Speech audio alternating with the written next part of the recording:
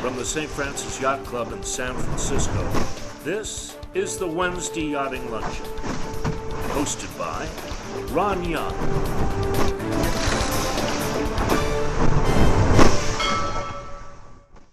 Welcome to the Wednesday Yachting Luncheon, live from the virtual grill room of the St. Francis Yacht Club. We hope that you and yours are sheltering in place in a comfortable environment, and we look forward to greeting you back in our yacht club just as soon as conditions permit. My contemporaries and I heard stories from our fathers and uncles about World War II. My dad was in the US Navy and the second gun on the heavy cruiser Vincent, which was sunk in Guadalcanal. He survived a couple of nights in shark-infested waters, literally having shipmates eaten by sharks while he was holding on to the raft. So it was with great interest that I learned of our speaker today and his expertise on the subject of World War II, and specifically Guadalcanal, and his thesis that the tide of history was changed by Admiral Halsey at Guadalcanal. So it's with genuine interest that I welcome to the Wednesday Yachting Luncheon, Rick Bigelow, Commander, U.S. Navy retired. Rick, welcome to the Yachting Luncheon. Well, thank you, Ron. Glad to be here. You joined the Navy in 1971. Right. In OCS. Right. That was after you'd gotten a bachelor's degree at Wilkes College in Pennsylvania, and then gone on at Penn State to get a Master of Science in Nuclear Engineering and then an MBA from Penn State. Right. All this before going to University of Connecticut, where you got your law degree and became essentially offering your course to be a patent lawyer. Right. How did Officer Candidate School change the course of your life? Like you, I'm the child of Navy veterans. So it was always kind of preordained that I was going to go to the Navy. And so we joined the Navy in 1971, and through a couple years active duty, and then I was in the reserves, and wound up at the Naval War College in the reserve unit there, and wound up writing a quarterly summary, a chronology of what was going on in Korea. And as part of that, I became very interested in Douglas MacArthur, and became an expert in the Korean War.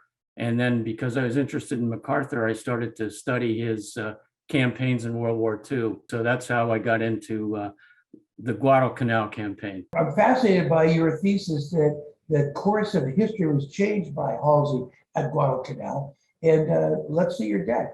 So let's start off with a little talk about Jack London. In 1907, Jack London left San Francisco to go on a round-the-world sailboat trip with his wife, Charmaine. And he went to Hawaii, Tahiti, the Marquesas, Fiji, and wound up in the Solomons. When he was in the Solomons, he became deathly ill. He was stung by centipedes. He got malaria, so on and so forth. He had a very negative view of the Solomons after that. And he said, if I were the king, worst punishment I could give to my enemies would be to banish them to the Solomons. But on second thought, king or no king, I don't think I'd have the heart to do it. In 1942, Marines and sailors and soldiers who fought in and around Guadalcanal would agree with him 100% that it was one of the worst places in the world. So with that background and introduction, let's talk about how we got to World War II and how we got to Guadalcanal. So if you look at the Japanese aggression in the Asia Pacific area, starting in 1895, the first Japanese-Chinese War over Korea. Then we went to 1905, Japan beat the Russians in the Russo-Japanese War, Battle of Tsushima Straits, consolidated their holdings in China. In 1910, they annexed Korea and made it a colony, essentially. In 1914, as World War I broke out, they took over the German islands in the Pacific. Then they moved into Manchuria. The Second Sino-Japanese War began. And then in 1940, the Japanese moved into French Indochina. So they were basically taking over much of East Asia at that point in time. When World War I broke out, Japan had a treaty with the United Kingdom, and they took over the German islands. The German islands were what are in the Japanese, what I called the Japanese mandates. See this area in the box? Most of those islands were controlled by Germany prior to World War I. And Japanese took them over. And as part of the Treaty of Versailles, they were given governance of those islands. Part of the mandate was they weren't supposed to militarize them, but they did. Moving along, Washington Naval Treaty of 1922 restricted the size of capital ships, battleships, and battle cruisers, and could carry guns no larger than 16 inches. Basically, the Brits and the United States had a ratio of 5 to 5 to 3 to Japan. Japan didn't like that. They thought that was discriminatory towards them. In 1933, Japan withdrew from the League of Nations, and they generally disregarded these limitations. Back in the 1930s and all through the early 1940s, the United States was building up the Navy. They had something called the Two Ocean Navy Act that was passed in 1940, a total of $4 billion in expenditures, building aircraft carriers, battleships, cruisers, so on and so forth. This happened in 1940, even though we weren't in the war, but the war in Europe had been going on for at least a year by that point in time. Roosevelt thought that we were eventually going to get into the war, so he pressed Congress to build up the Navy and the other armed forces too. The Army built up. In 1918, we had 2 million men in the Army. By 1935, it was down to 118,000. Even in 1939, as we started to build up a little bit, we were the 19th or 17th largest army in the world behind Portugal. We had 400 tanks. The Germans had 3,000. Have to understand that in the late 1930s, US public opinion overwhelmingly favored staying out of the European war, and we thought involvement in the First World War had been a mistake. We were indifferent to what was going on in Central Europe. 1939, FDR declared limited national emergency. Public opinion started to turn after the invasions of France, the Low Countries, Denmark, and Norway, the Battle of Britain, and the Blitz. The draft was passed in 1940. FDR asked Congress for $1.8 billion for a mechanized army and 50,000 planes. And in 1940, Congress passed a $5 billion joint Army-Navy funding. At that point in time, that was a lot of money. In 1918, the Marines had 73,000 men. The Marines decided in the 30s that they were going to focus on amphibious warfare. However, by 1939, they only had 19,000 men in the Marine Corps, and that was fewer than the number of people in the New York Police Department.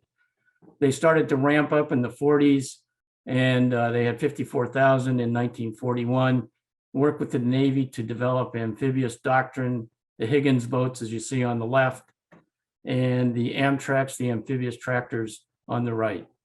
U.S. actions against Japan, this is more or less how we got there, why there was such animosity between the United States and the Japanese. There was a 1924 Immigration Act that banned a lot of Japanese immigration to the U.S., and the Japanese did not take kindly to that. In 1939, based on what was going on in China, the Japanese incursions into China, the U.S. terminated trade pact with Japan. In 1940, we were a major supplier of oil, iron, and steel, et cetera, to Japan. It was upwards of 80% of their oil, much of their scrap copper, steel, iron, et cetera, came from us. But once again, in relation to the what was going on in China, we stopped the scrap metal shipments and closed the Panama Canal to Japan. In 1940, FDR moved the Pacific Fleet out of San Diego to Pearl Harbor in Hawaii. That was provocative to the Japanese. We also were providing military aid to China, which was also provocative.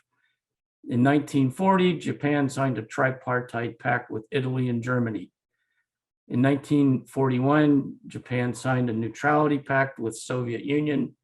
At that point in time, we imposed a full embargo, including oil, on products to Japan and froze Japan's assets in the US. Japan sought to get oil from the Dutch in Java and Borneo.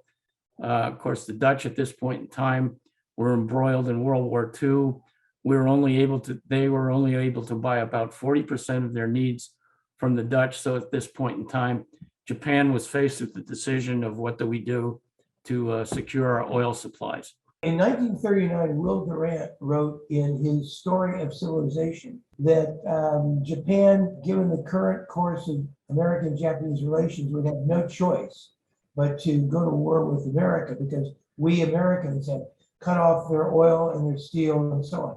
He writes this before Pearl Harbor. So what about those people who believe Roosevelt knew about and was worried about the big Japanese military history and their intentions in Asia, and he deliberately wanted a Pearl Harbor-like attack? Well, I think Roosevelt felt that eventually we were going to get into a war with the Japanese and with the Germans.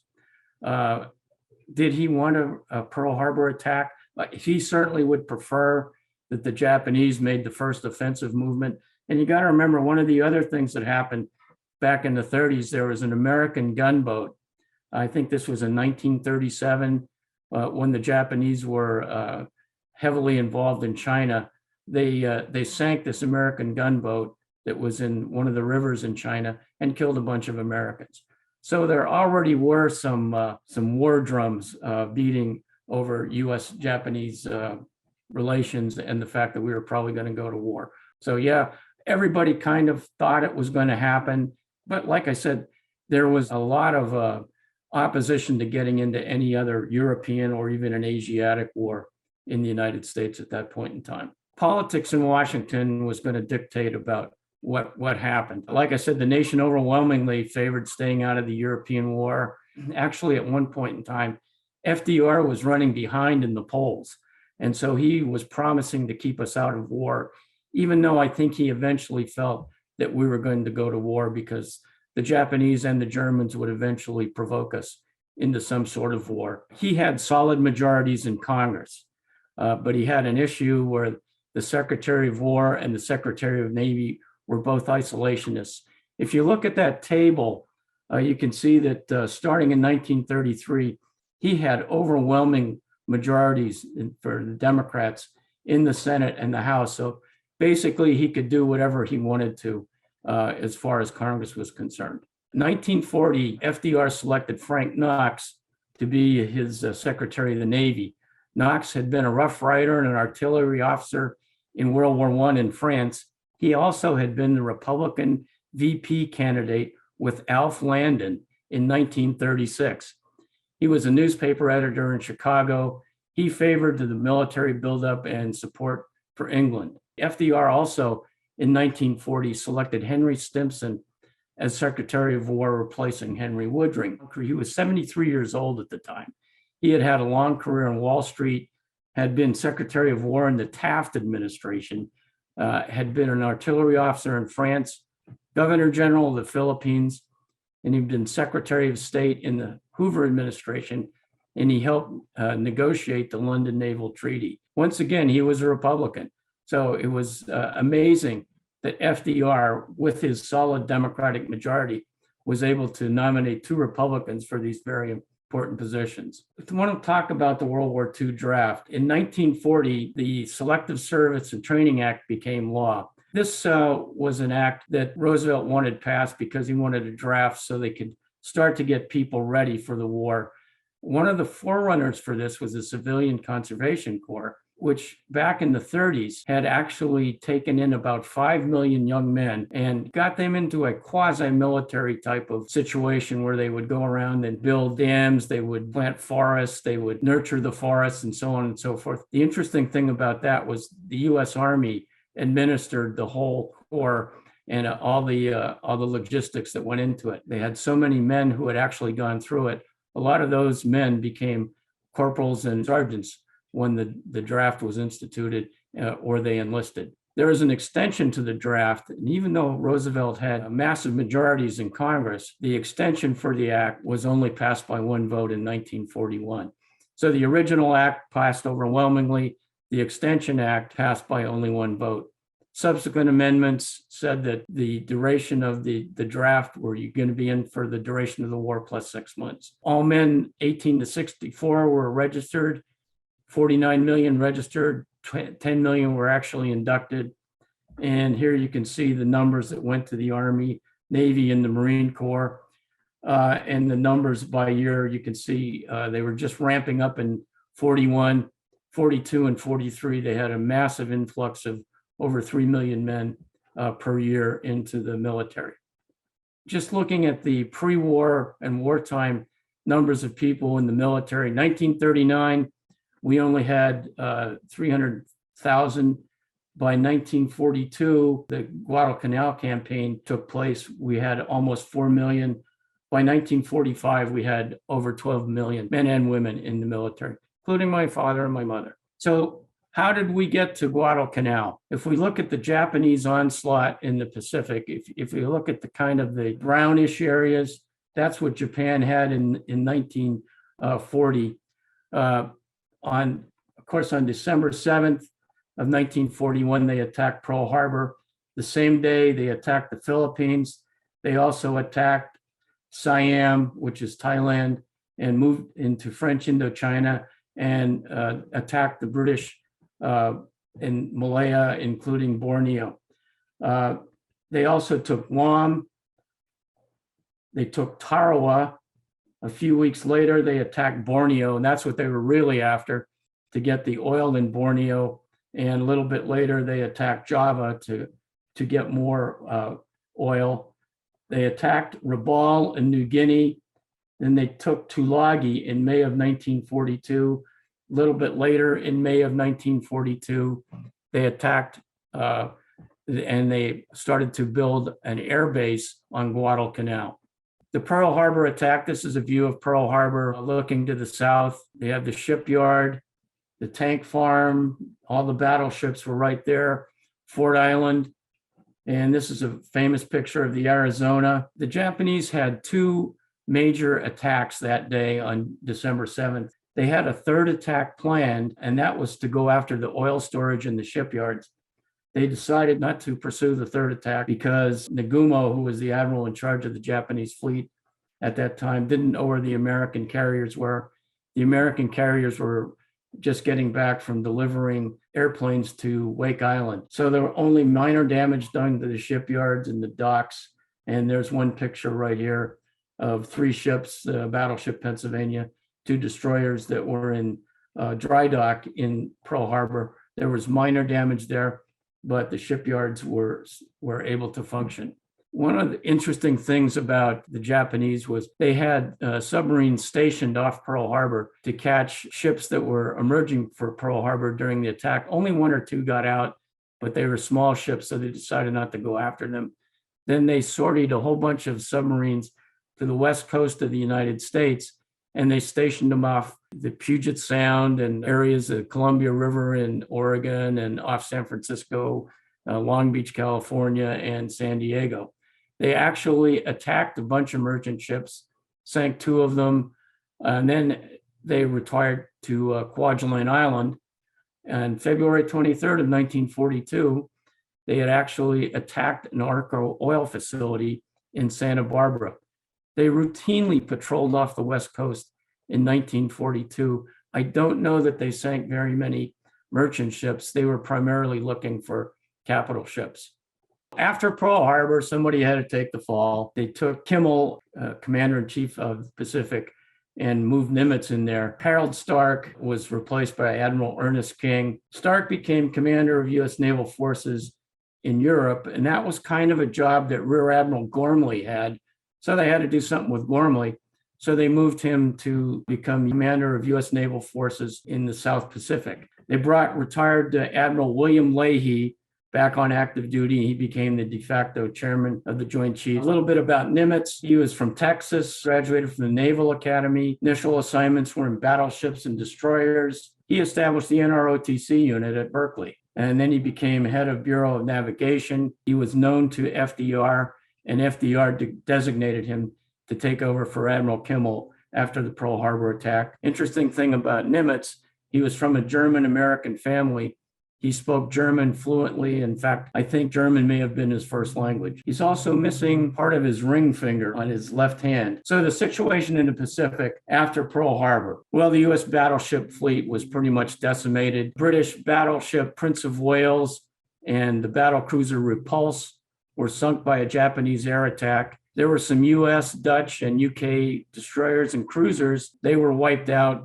very shortly after the Japanese moved into the area of the Dutch East Indies. We had 5 carrier battle groups. The Lexington, the Saratoga were taken out of action fairly. We had the Yorktown, the Enterprise, and the Hornet, which were commanded by Fletcher, Halsey, and Mitcher. About the first thing we did after Pearl Harbor was hit and run carrier raid. The first one was to the Gilbert and Marshall Islands. Then there was an attack on Wake Island. Then there was a raid on Marcus Island, led by Halsey. There was the Le Salamala raid in New Guinea, part of Admiral Brown's force. And then there was the Tokyo raid by the Hornet Enterprise Task Force.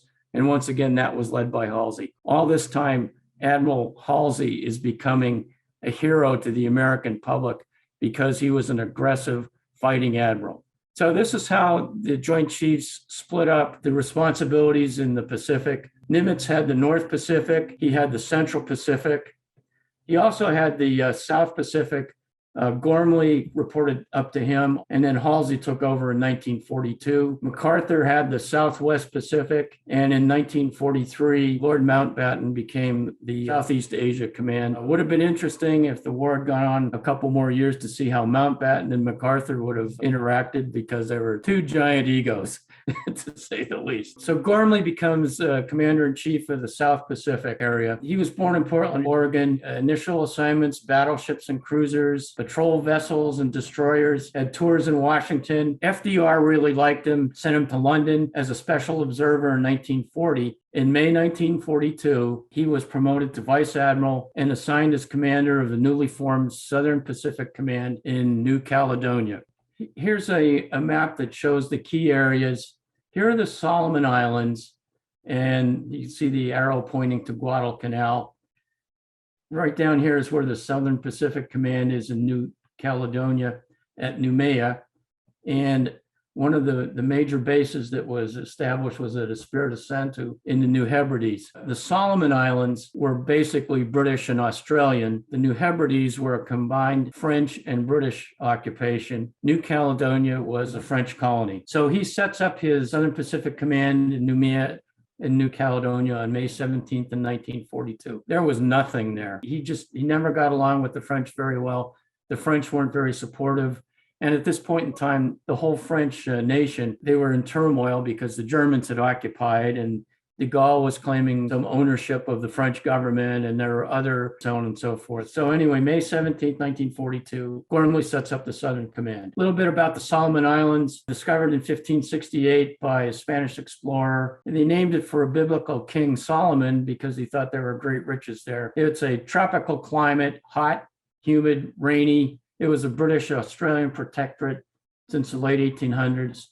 There were small British and Australian garrisons in the Solomons at the start of World War II. In March of 1942, they landed at Bougainville and built 4 airstrips. And you got to remember, at this point in time, Japan didn't really have aspirations initially to get into the Solomons, but they weren't being stopped anywhere at that point in time. They had just walked all through the Central Pacific and the Philippines and the Dutch East Indies and so on and so forth. So they figured we might as well keep going. And history looks upon it now, and they said the Japanese were suffering from a serious case of victory disease because they thought they couldn't be stopped. 1942, in May, they land on Tulagi and begin building a seaplane base. And a little bit later that month, they landed at Guadalcanal over here and begin building an airstrip. There's a picture of the Japanese airstrip at Lunga Point on Guadalcanal. The US recon flight discovered this airstrip in 1942. There's Lunga Point, and this is where the airstrip is. During the whole campaign on Guadalcanal, all the fighting and whatnot took place mostly along this northern border of Guadalcanal and in the sea areas around it. The impact of the Japanese airstrip in Guadalcanal, it electrified Washington. They saw this as a major threat to the sea and air routes from US to Australia. The plan had always been, if war broke out with Japan, we would move into Australia with massive amounts of troops and material and so on and so forth, and stage for an eventual assault on the Japanese mainland from Australia. So maintaining the sea routes to Australia was very important. If you look at the map, if they had successfully completed the airstrip on Guadalcanal, it was entirely possible that they would have interdicted those sea routes and possibly moved into Fiji, New Caledonia, and possibly even into New Zealand. Yeah, this one shows, I mean, this was the standard, the normal pattern of flights and seaborne trips to Australia. If they had gotten to Guadalcanal and established a major air base there, and you just kind of look around there, a 250-mile radius, they could have done some major damage to U.S. shipping and bases we had there, refueling bases, and so on and so forth. So that's why it became a really big deal in Washington. Admiral King decided that it was time to stop the Japanese, and he always had plans to move up the Solomons, but he didn't have plans to go to Guadalcanal until they discovered that there was an airstrip there. Fascinating. So that's why Guadalcanal was so important to us. You know, if we hadn't stopped them at Guadalcanal, I think they would have eventually gone into New Caledonia and so on and so forth. So King thought it was time to stop them. And once he discovered the airstrip at Guadalcanal, that's when he decided he was going to go to Guadalcanal and Tulagi. A little bit more about Guadalcanal. It was named after the village of Guadalcanal in Seville, Spain. It was birthplace of one of the members of the expedition that had gone there. Just like the rest of the Solomons, hot, humid. Most of the people lived near the coast. Major industry was coconut plantations. Marines and soldiers and sailors were surprised to find out that there was no canal on Guadalcanal. They were looking for a canal, but there was none. It was just the name of the Spanish town. Preparations for the invasion of Guadalcanal, they were chaotic. There was a lack of ships, lack of material.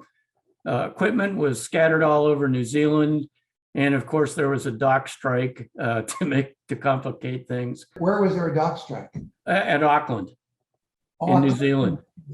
You know, they were concerned about the Japanese attacking them. I think the biggest thing was that when it rained, they stopped work. So we had to get the Marines to do a lot of the loading and unloading and so on and so forth. They initially wanted to go into Guadalcanal and Tulagi with a 90-day supply, but they didn't have enough ships and they didn't have big enough ships. So they throttled back to a 60-day supply. They had to leave a lot of their 2.5-ton trucks, their 155 millimeter howitzers, tents, spare clothing, bedrolls, everything. A lot of that sort of stuff was left behind, and it became known as Operation Shoestring.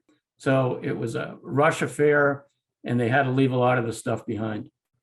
So the 1st Marine Division left New Zealand in late July 1942, conducted 2 days of practice landings at Coral Island in Fiji, which was a disaster because a lot of the boats hung up on reefs that were surrounding Fiji, and they didn't get very much training at all. They got some naval gunfire training, blast away at some of the island, but they didn't really get a very good exercise at all.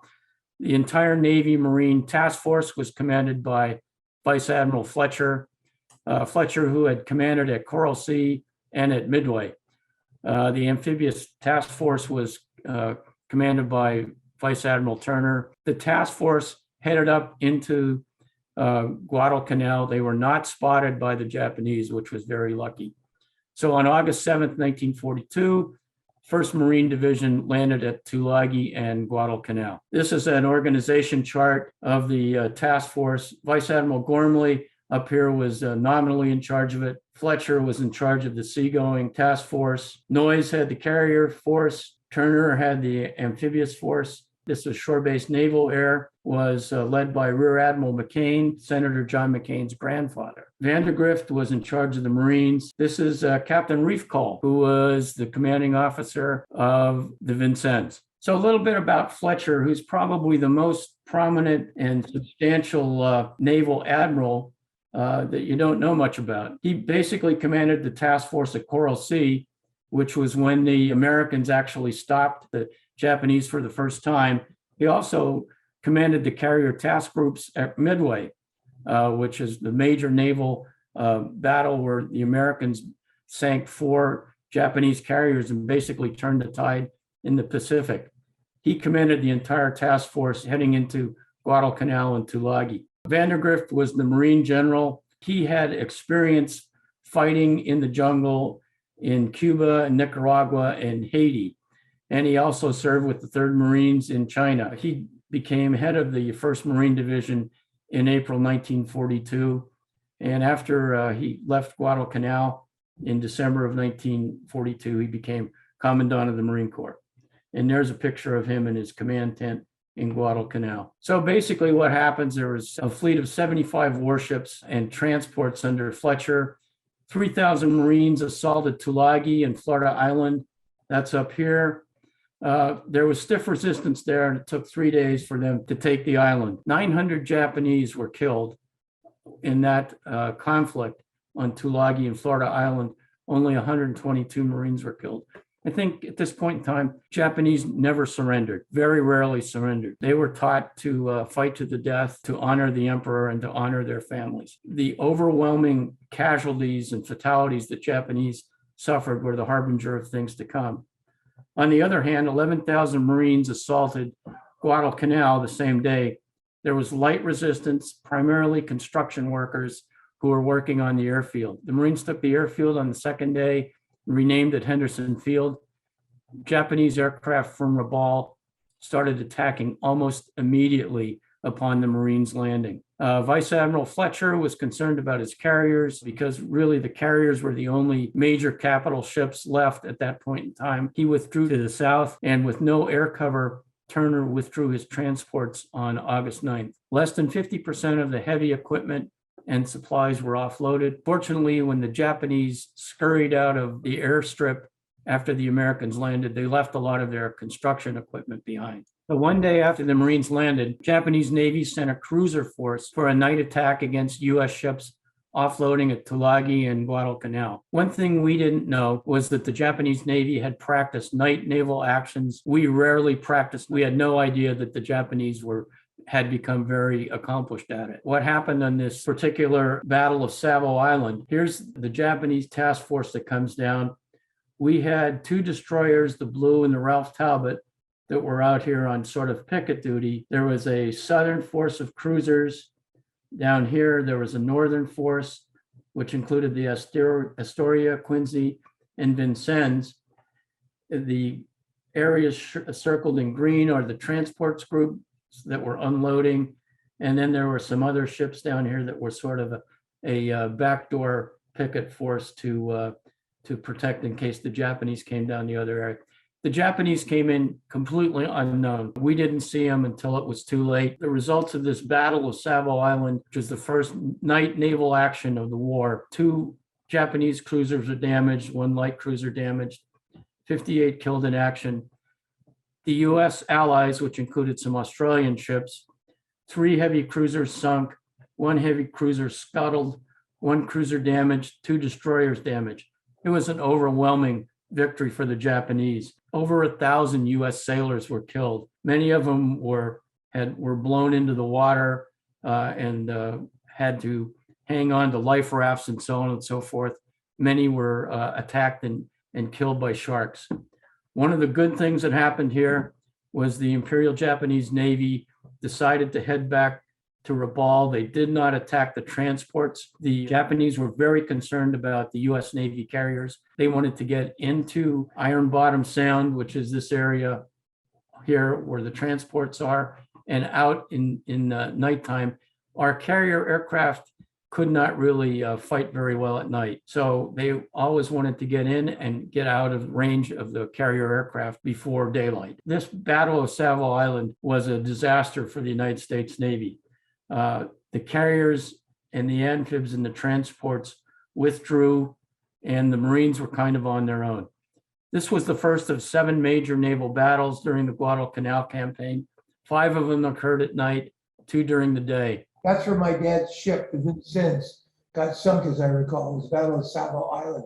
That's correct. Yeah, here's where the Vincennes was, attacked around 1 o'clock in the morning, and only was able to get off a couple salvos, and they were hit by torpedoes, and I think it was something like 80 rounds of 8-inch and 5 and 6-inch ammunition. It sunk in about an hour. and several hundred men perished, and several hundred were saved. Yeah, exactly. Yeah, my dad told the story once, and he talked about how unbelievably terrifying it was when they all abandoned ship. So they scampered off the ship as they knew it was sinking. And from the moment of the first volley of attack until the ship was sunk was less than 1 hour. Unbelievable. And he was in the water 2 nights. He could only get onto the third life raft he got to, and he could hold on the outside. People were being eaten by sharks day and night, right around him. Pretty terrifying adventure. Moving along, initial ground actions on Guadalcanal. So after the Marines got to Henderson Field, they wanted to build a perimeter. The Japanese Navy construction personnel, and of course they had a lot of Korean slave laborers, moved about 20 miles west of the airfield. That night, Japanese destroyer landed 113 troops. 10 days after they landed, they took over the Japanese construction equipment and readied the Henderson Field for air operations. The Marines only had about 14 days of food when the transports left. Within days, 20% of the Marines had severe dysentery. Almost all the Marines got malaria sooner or later. The Japanese Navy built an outpost at Taivu Point, which is about 20 miles east of Henderson Field in this area. The pattern of daily Japanese Army and Navy air attacks from Rabaul started. Air war in the Solomons. The Japanese built 38,000 fighters during World War II. The most famous was the Mitsubishi A6M0, known as the Zero. 11,000 were built.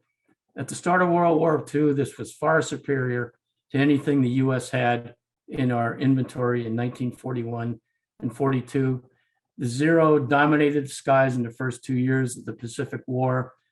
It had some weak points. It was lightly armored and had no self-sealing fuel tanks, and very few of the Zero pilots carried radios because it just added to the weight. By 1943, US planes and pilots were outperforming the Zero by a long shot.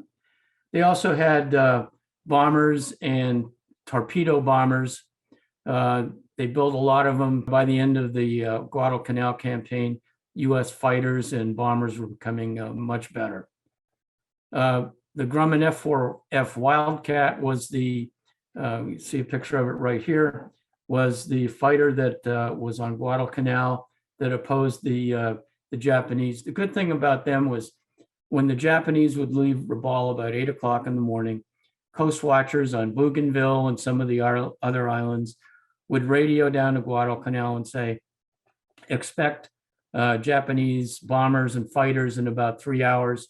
So our guys would get up into the air before the Japanese got down there, and we were able to fight off a lot of their bombers and their fighters. The Bell P-400 Airacobra, this one was a great ground support aircraft. The Douglas SBD-4 Dauntless, famous dive bomber. This was the one that sank the 4 Japanese carriers at Midway.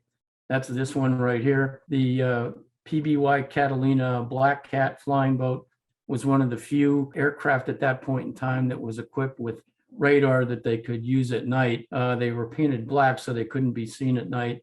They were frequently out for long-range patrols, and frequently they're the first ones to see the Japanese forces coming down the slot. So this is a picture of how the Japanese would come out of the airfields at Rabaul, fly all the way down to Guadalcanal.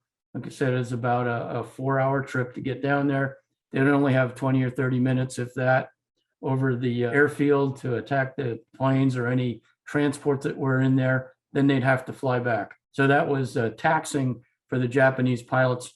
One thing about the Japanese, they never rotated their pilots out. The Japanese kept their pilots going until the end of the war, or they were killed. And so the quality of Japanese pilots suffered greatly as the war went along. This is where the Japanese ships would come and enter the channel and go down the channel towards Guadalcanal. They would do that at night. So some of the jargon, if you watch any of the movies about Guadalcanal, like the Gallant Hours or even the HBO special, you'll see some of these terms. Washing Machine Charlie was the aircraft that would fly in at night, drop a few bombs. It was always had out of sync engines, So the Marines couldn't sleep at night. Tojo time was roughly 11 to 1 p.m. every day when the Japanese aircraft would show up. Japanese artillery that would attack and bombard the airstrip. Cactus was the Allied code name for Guadalcanal, and the Cactus Air Force was the Marine, Army, Navy pilots and air forces and planes that were around Guadalcanal. So what else is happening at this time? Prior to Guadalcanal, we'd had the Bataan Death March in April of 1942 after the fall of the Philippines. We had the Battle of Coral Sea in May of 1942, where we stopped the Japanese Navy on its way to Port Moresby in New Guinea. Then we had the Battle of Midway, 4th through 7th June 1942, where we sank the 4 Japanese carriers and basically evened the score in the Pacific. During the Guadalcanal campaign, we had the Kokoda Track campaign going on in New Guinea. And this was the campaign where the Japanese were trying to go overland to Port Moresby to take Port Moresby so they could stage for assaults into Australia. Then there was the Battle of Milnbane on the eastern tip of New Guinea, where the Japanese army tried to take Port Moresby by a coastal route. They were defeated by a force mainly of Australian troops. They were under the control of MacArthur at the time. And once again, there was the Battle of Buna and Gona on the northern end of New Guinea in 1942 and 43, where US and Australian forces took a Japanese stronghold. And on the other side of the world, we had the Second Battle of the Atlantic going on. We're protected by primarily American Navy ships as we are transporting millions of tons of supplies and equipment to the UK and the Soviet Union in the 1941-42 timeframe. And then finally, we had the invasion of North Africa that happened in November of 1942. So not only were things going on in Guadalcanal, they were going on all over the world. It was just an amazing undertaking by primarily the United States and the Allies. After the Marines took Henderson Field, the Japanese decided they wanted to take it back. So they had the 17th Imperial Japanese Army land about 30 miles east of Henderson Field, what was known as the Battle of Tenarue. They tried to assault an American force that was on an outpost there. Ichiki, who was the corps commander, and 800 of his men, they attacked at night along the beach and were slaughtered at Alligator Creek. We had very few casualties there. The Japanese, once again, almost came and died to the man. This was the first US land victory over the Imperial Japanese Army. The Japanese had grossly underestimated the number of Marines. So this was the area you can see right here where they tried to attack along Alligator Creek, where the Marines had positions, and they basically slaughtered them. This is a picture of the aftermath of Alligator Creek, dead Japanese laying all over the place. It was quite the battle. Once again, it was another indication of how fierce and ferocious the fighting with the Japanese was going to be. A couple of weeks after we took Henderson Field, it became clear to the US and Japan that control of Henderson Field meant control of the Solomons. Japan sent a task force to take Henderson Field on the 20th of August. This is like 2 weeks after we had landed. US and Japanese forces collided. It's called the Battle of the Eastern Solomons. As happened with almost every naval battle, we were far outgunned. They had bigger ships, they had more carriers, more cruisers, more aircraft. The results of this battle were one cruiser, the Enterprise, was heavily damaged. We had 20 aircraft knocked down, roughly killed 90 Americans. Japanese had one carrier sunk, one destroyer sunk, 75 aircraft destroyed, and 290 killed in action. The result of this was a tactical standoff, but it was a strategic victory for the US because the transports that were supposed to land troops and equipment at Eastern Western Henderson Field turned back. They didn't continue on.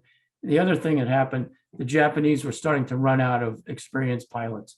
One of the important things that happened was we broke the Japanese code.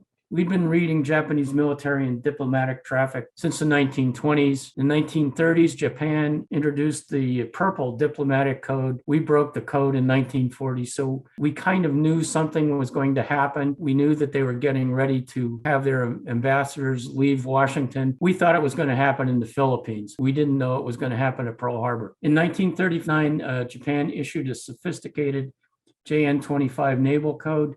We didn't break that until after Pearl Harbor, but it led directly to victories at Coral Sea and at Midway, and even during the Solomon's campaign.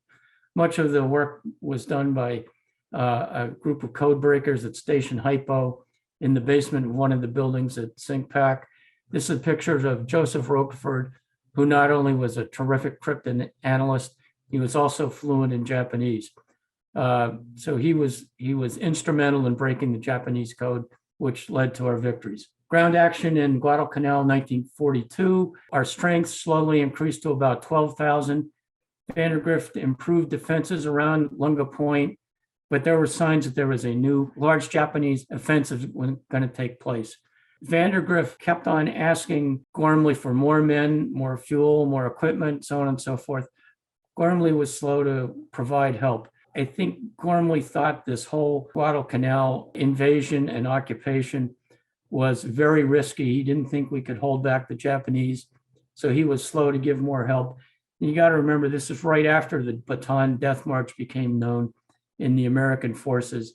So I think the last thing Gormley wanted was another battalion on Guadalcanal. He held back reserves at places like Espiritu Santo and Tonga and Fiji. By this point in time, the Marines, who were already on reduced rations, were tired, diseased, hungry, and they were saying, where the hell is the Navy? Nimitz visited Guadalcanal on September 30th. He asked Vandergrift if he could hold. Vandergrift said, yeah, I can hold, but I need more. I need more men, I need more equipment, I need more supplies. In 1942, toward the end of August, Japan once again is determined to take the airfield. They decided to change the means of getting their troops to Guadalcanal. They landed 6,000 troops by destroyers. Supplies and equipment were left behind. So in September of 1942, they prepared for another, what they called final assault on Henderson Field. Marines, there were 12,000 Marines on Guadalcanal. Japanese thought there were only 2,000. The Japanese decided they were going to do an overland attack, and they were going to come up from the south of Henderson Field, and they were going to attack over this area known as the Ridge. Lieutenant Colonel Merritt Edson's Raider Battalion had fortified this ridge. It eventually became known as Bloody Ridge or Edson's Ridge. So here's the Battle of Edson's Ridge. The Japanese came from the east and were coming up through the ridge. On two separate nights, the Marines held off what can only be called fanatical bonsai attacks. Once again, the fatalities incurred by the Japanese were stunning. 800 killed, 500 wounded. The Marines suffered only 59 killed and 204 wounded in action. This was a major land victory for the US Marines. In September and October, both sides were reinforcing. Became clear at this point in time that this was going to be a major battle and maybe the deciding battle of the Pacific Theater. The Japanese moved troops from New Guinea and Dutch East Indies to support Guadalcanal because they wanted to take back the airfield. We also reinforced. Marines moved a battalion from Tulagi across the straits to Guadalcanal. And at this point in time, we were starting to get more equipment, more Marines, even some tanks and ammo and rations into Guadalcanal. On September 15th, the carrier Wasp was hit by a Japanese submarine torpedo and had to be scuttled. This left one operational US carrier, Hornet, in the Pacific. And remember, we were out of battleships pretty much at this point in time. However, for the first time, the Marines had an unbroken defense line of about 17,000 Marines along the whole Henderson Field perimeter. There's a picture of the Wasp under attack, which was eventually scuttled. Bad weather caused a lull in the air war, September 14th through 24th.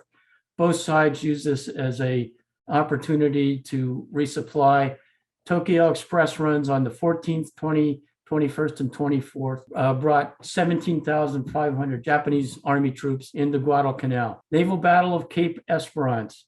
Tokyo express runs continued in early October 1942. U.S. Army General Harmon convinced Gormley that more troops needed on Guadalcanal to counter the next Imperial Japanese Army offensive. They thought this was going to be a really big one. 2,800 troops from the Americal Division were sent from New Caledonia. These are Army troops. Gormley orders Task Force 64, which is 4 cruisers, 5 destroyers under Rear Admiral Norm Scott to protect the convoy that was going into Guadalcanal. Tokyo Express run into Guadalcanal contained 2 seaplane tenders because they were large and could bring in a lot of troops and a lot of material, a lot of supplies, a lot of equipment, and they were fast. They could get in and out before the Americans could get up with their aircraft. The IJN sent 3 cruisers and 2 destroyers to bombard Henderson Field. In a night battle, the U.S. Navy sank 1 Japanese cruiser, damaged another, but the IJN sank 1 U.S. Navy cruiser. However, the Japanese abandoned the bombardment. So Henderson Field was spared the bombardment. So it was kind of a tactical draw, but it was a victory because once again, they didn't bombard Henderson Field. That's a picture of a Japanese seaplane tender. The seaplanes generally were catapulted off, and then they'd land next to the ship, and these cranes would lift the seaplanes back up onto the catapult launches.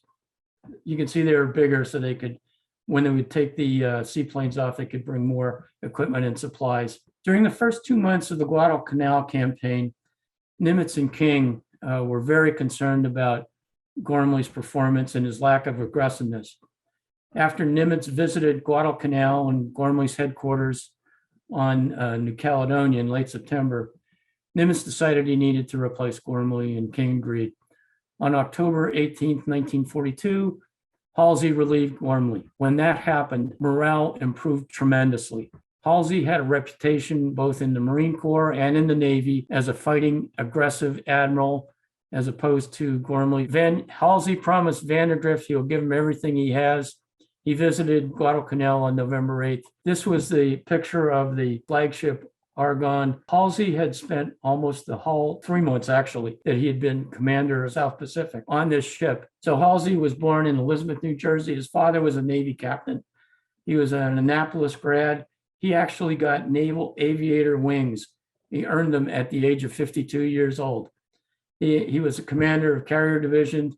He was responsible for the early hit and run raids, in most of them into the Japanese exterior islands and the raid into Tokyo. He had been delivering ship planes to Wake Island in early December. Storms delayed his return to Pearl. He didn't get back till December 8th.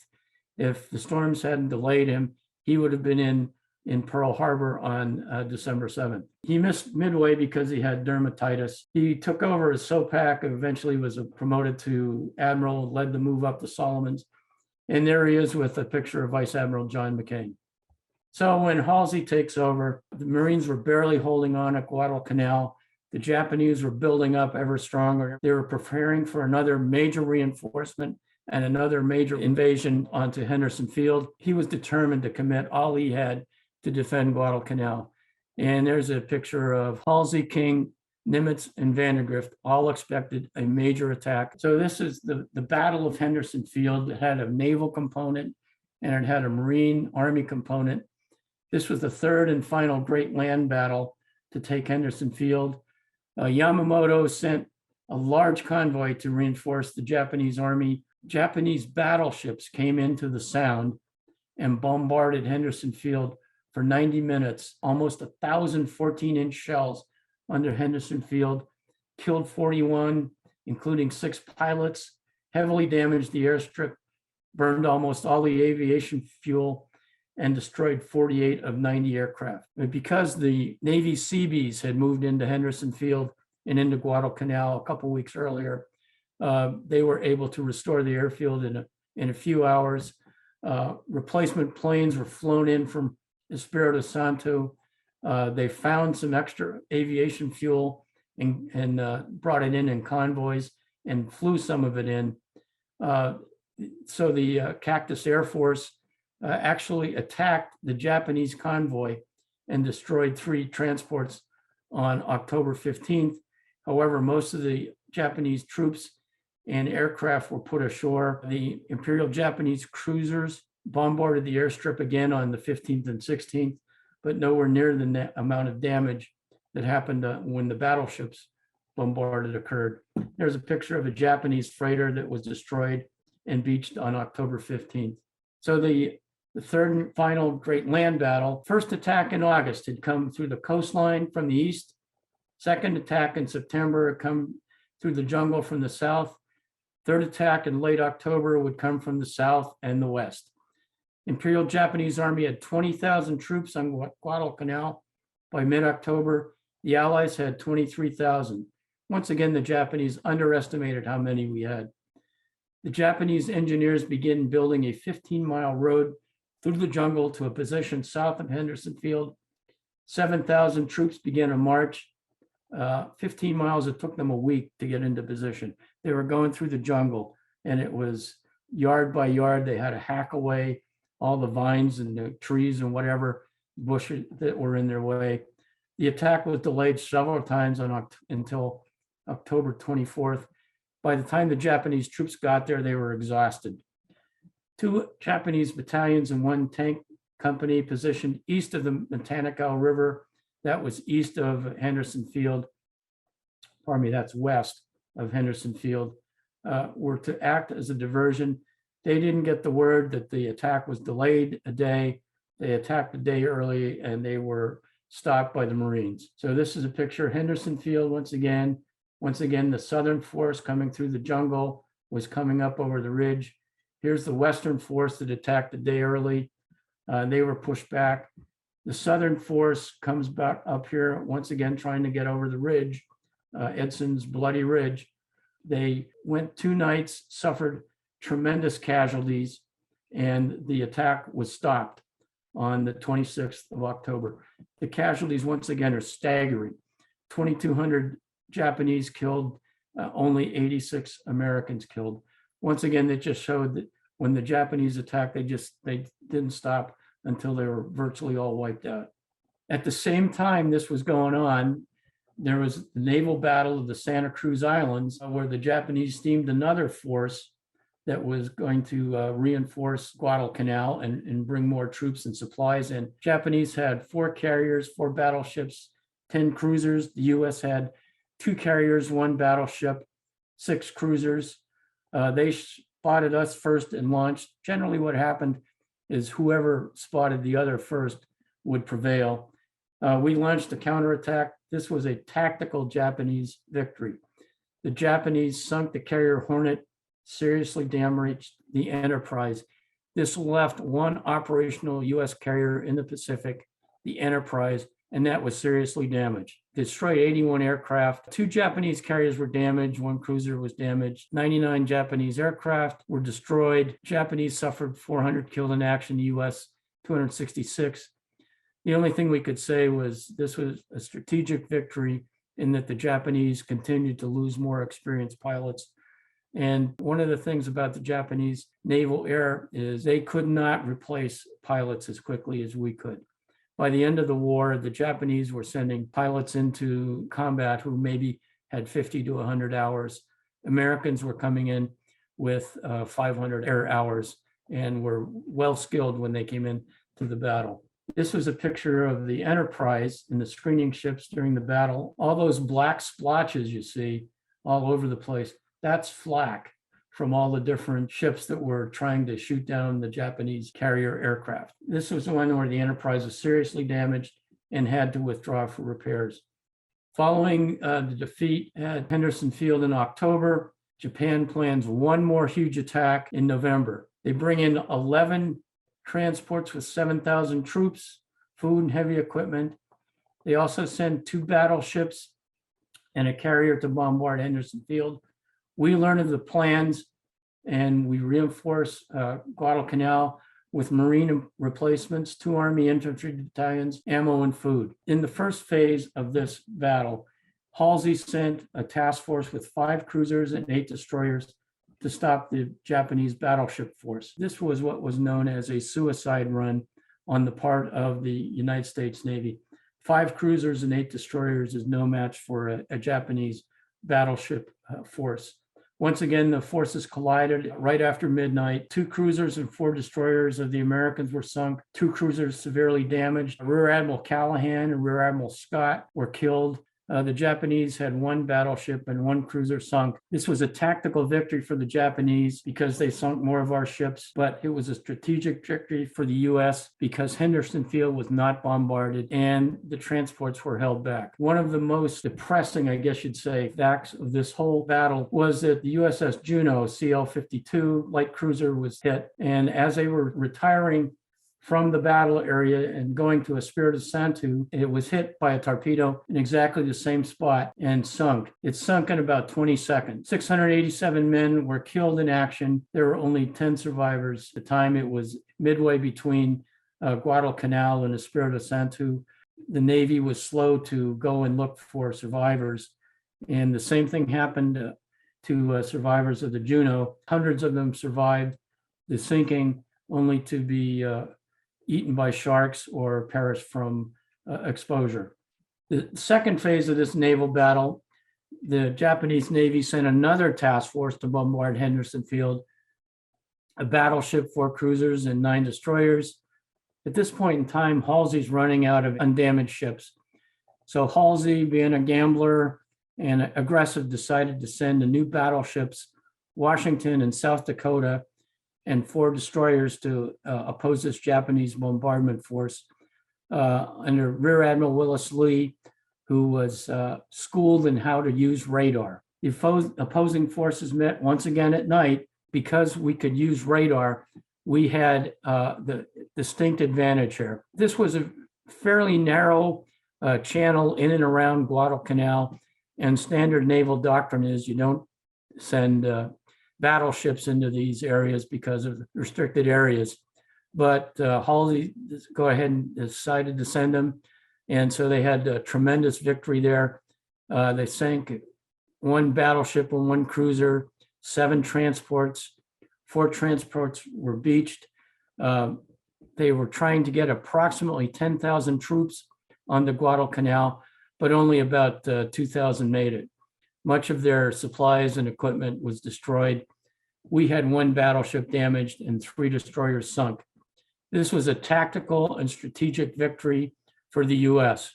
We had entered the Guadalcanal campaign really behind the curve as far as night fighting in the Navy and so on and so forth. And by this point in time, I think we'd learned, and using our radar, we became very effective night fighters. The 3-day naval battle of Guadalcanal was a victory for the US. Failure of the Japanese to get major reinforcements to Guadalcanal meant no more major assaults on Henderson Field. The Japanese staff began to think about abandoning Guadalcanal. Our losses were 2 cruisers and 7 destroyers, sunk, 1 battleship, 2 cruisers, damaged 36 aircraft, 1,700 naval personnel were killed. Japanese, on the other hand, had 1 battleship, 1 cruiser sunk, 1 cruiser damaged, 7 transports sunk, 4 transports beached and destroyed, 64 aircraft lost, 1,900 naval personnel killed, 4,000 troops on the transports were killed. Devastating losses were really starting to mount up for the Japanese at this point in time. They tried several different methods to reinforce. They tried the transports, but they were too slow. They couldn't get in and out at night. Destroyers could get in and out at night, but they couldn't take much equipment or many troops with them. They tried submarine resupply, but they could only carry limited troops, ammo, and supplies. They tried cleaning out 55-gallon drums, filling them with ammunition and supplies, and they'd run the destroyers past at high speed, kick the drums into the ocean and let them drift, hopefully, into Guadalcanal. That very rarely happened. So none of these methods of supply were very effective. And the Japanese army, which was slowly starving, and it was beset with malaria, and it was running low on ammo and supplies, it was estimated at this point in time, they probably only had about 10% of their troops were combat effective. There was one more naval battle happened when the Japanese tried a modified transport with the drums. They had 8 destroyers, 6 of them were carrying the supply drums. US Navy force of 5 cruisers and 6 destroyers sent out to interdict them. They clashed off Tassafaronga, which is up in this area. We fired torpedoes at the Japanese and they all missed.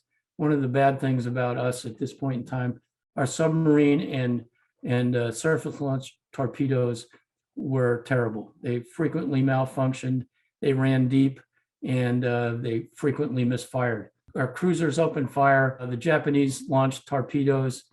They sunk one of our cruisers and damaged 3 more. The Japanese suffered 200 killed. We suffered 400. This was a tactical victory for the Japanese, but it was a strategic victory for the US because the resupply of the Japanese army at Tassafaronga was stopped.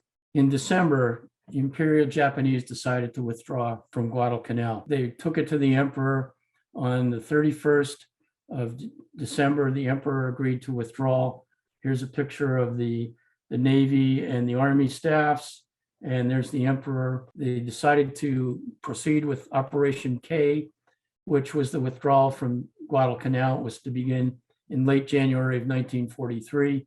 In December of 1942, after 4 brutal months on Cactus, Guadalcanal, 1st Marine Division was relieved, was replaced by the 14th Corps of the Army under Army Major General Patch. And also they brought in the 2nd Marine Division and more of the Army Americal Division. So by this point in time, we had 50,000 troops on Guadalcanal. Patch was determined to sweep the Japanese Army units out of Guadalcanal. They also expected there'd be one more big Japanese assault. We didn't know was that the Japanese actually were planning to withdraw. One major problem that the Army had at this point in time was the observation post on Mount Austin, which was southwest of Henderson Field and nearby ridges. The Japanese were using this as an observation post. They could see everything that was going on in Henderson Field, and Patch wanted to take that. So the Japanese had a couple thousand troops on Mount Austin and surrounding areas. We endeavored on a campaign to remove them from there. After 2 weeks of bloody fighting in January and a final suicide banzai charge, we took Mount Austin, lost 175 troops.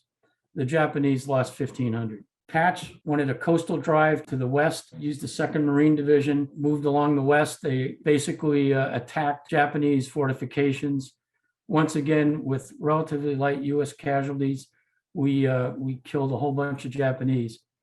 The remainder of the Japanese forces moved further west to Cape Esperance for evacuation. Those unable to move are encouraged to kill themselves to uphold the honor of the Japanese Army. On 21st of January, forces advanced and find surprisingly light resistance. US thinks all the activity in Rabaul and at Cape Esperance is another resupply. In reality, the Japanese Army was preparing to withdraw. So in January, Japanese landed a battalion to act as a rear guard. Japanese Navy and Army were staging in Bougainville, and we thought this was going to be the vanguard of another huge assault. So we were moving westward towards Tassafaronga very gingerly, moved very cautiously. February 1st, they start withdrawing troops, withdrew 4,900. 4th and the 7th, they withdrew 5,700 more. On February 9th, much to his astonishment, General Patch said Guadalcanal was secure, and for the most part, the Japanese were off of Guadalcanal. So the aftermath, 6 months after it began, the campaign was over. This was the first US Allied major victory, first time the Japanese had been stopped. Presence in the Solomon was never seriously threatened again. Japanese lost almost 26,000 troops, 3,000 naval personnel, 1,200 killed in action. Lost 38 ships, 683 aircraft, 60 merchant ships, 7,000 Army and Navy, Japanese Army and Navy personnel are still counted as missing on Guadalcanal. Our losses, 7,100 killed in action, which included about 1,700 Army and Marines, 420 aviators. Most of the damage, most of the losses were the United States Navy, almost 5,000. We lost 29 ships, 2 carriers and 8 cruisers, 615 aircraft, 420 aviators, 10 transports, so on and so forth. We established major bases on Guadalcanal to support the rest of the war effort. This is a depiction of what's known as Iron Bottom Sound. The red ships are Japanese ships. The blue ships are the United States Navy ships. We both lost about 25 major capital ships and countless other smaller vessels. Many of the sailors who landed in the water were attacked by sharks. They suffered from exposure. And since so much of this happened at night, guys would be in the water, sailors would be in the water, and they'd get run over by ships because the ships were maneuvering at a high speed, and they couldn't stop and pick up survivors. So that's why the naval losses were so high. I'd like to wrap up with, this is a map that shows the extent of the Japanese Empire in 1942. They'd taken much of New Guinea. They'd taken the Netherlands, Indies, East Indies, Malaya, French Indochina. They were into Burma. They had taken the Philippines. They had taken Guam. Basically, they were after the oil in Borneo, which is here, and in Java. In a summary, your thesis that Guadalcanal was the turning point and that Halsey's command at Guadalcanal was the turning point, because when the Japanese could no longer hold Guadalcanal, they could no longer aspire to stop our connection to Australia and that be our southern base. Right. I think that was it. And even the Japanese knew that sooner or later, the industrial might of the United States was going to come into being. And I think the other thing that surprised them was how aggressive and how much fight the Marines and the Army put up at Guadalcanal, because the Japanese had been told that the Americans were soft, they were decadent, they were capitalists and all this sort of stuff. And they really wouldn't fight, especially for an island in what's Melanesia. And I think they were also surprised at how the Navy learned and became much better at night fighting. We were fighting in Europe and we were fighting in Asia and basically in the Southwest Pacific, whereas Japan was just fighting in Asia. They had a lot of troops in China and Manchuria, for sure. So it's not like they were focused entirely on the Solomons and Tarawa and places like that. Most people keep thinking, how could this little nation, Japan, imagine they could take on the United States? Well, it was 50% bigger than Great Britain, for heaven's sakes. And as you pointed out, in the previous, half century, it had taken over most of East Asia. And it was a very powerful force. And we in 2022 have a hard time imagining how the Emperor of Japan could have possibly imagined he could take on the United States, but they'd had nothing but success for the previous half century with their military exploits. And we were basically pinching their oil supply and their metal. And as Will Durant and others said at the time, before the war started, war is going to happen with Japan if we don't stop squeezing them as we are. So, wow, what a powerful body of research you've presented to the Wednesday Yachting Luncheon. Rick, it was great to see the presentation. Thanks very, very much for being a guest on the Wednesday Yachting Luncheon. This was the extent of the Japanese Empire in 1941, 1942. Harry Truman said, "The only thing new in the world is the history you don't know." And so as I was doing this, doing the research on this and then thinking about current events and the fact that, World War II broke out, there was a war going on in Europe, and the Japanese took advantage of that war to attack the Americans. Then I looked at what the Chinese are doing. And China appears to be in a lot of the places that Japan was. They're in the South China Sea, the Spratly Islands, which is right there.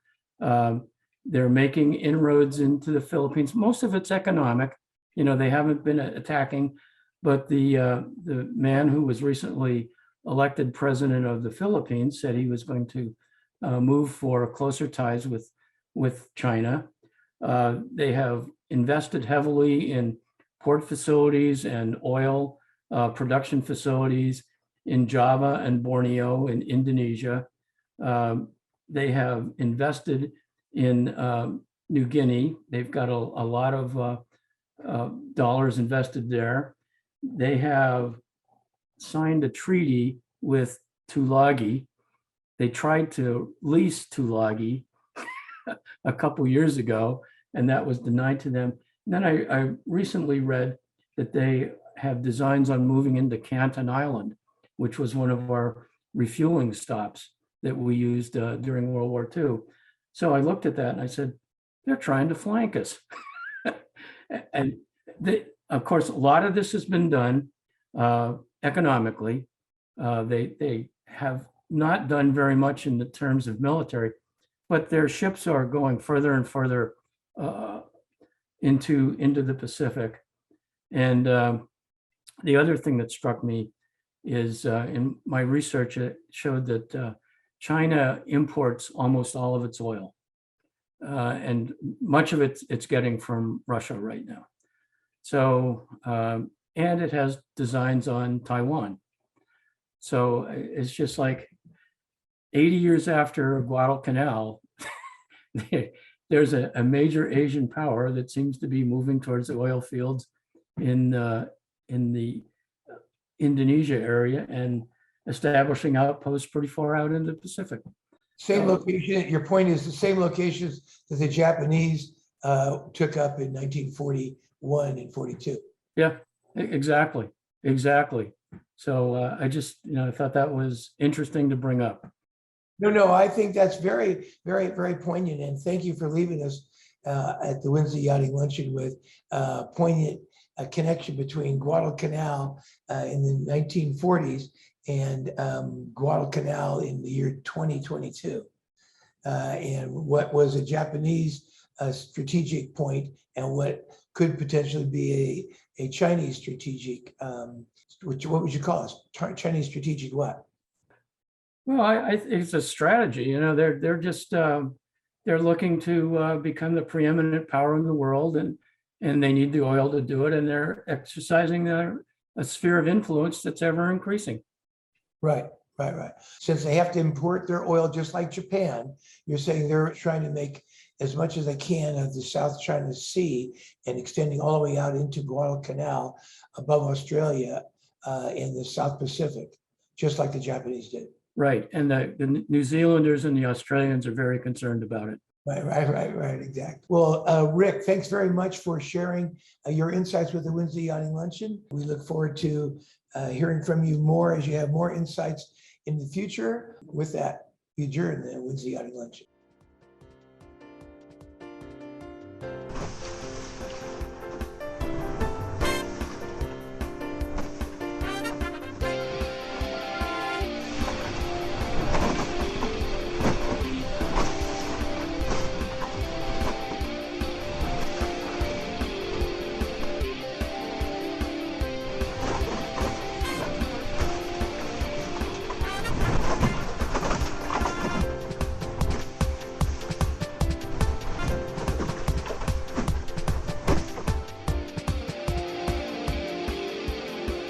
This has been a presentation of the Wednesday Yachting Luncheon.